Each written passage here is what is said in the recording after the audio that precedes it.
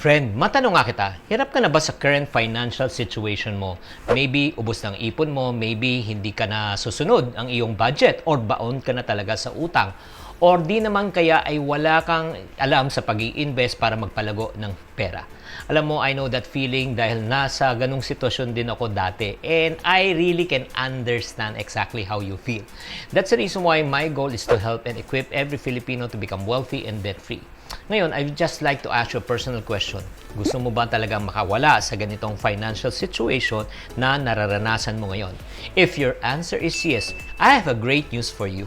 I have created a 35-minute video that will surely help you to become financially free this coming 2022. Sa video na ito, I would like to share with you the 4 things that you need to master in order for you to become wealthy and debt-free.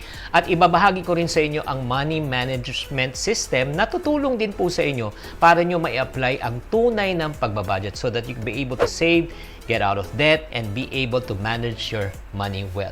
At hindi lang yan, mga friendship ha, good news. Dahil itong dalawang video na isi-share ko po sa inyo is absolutely for free.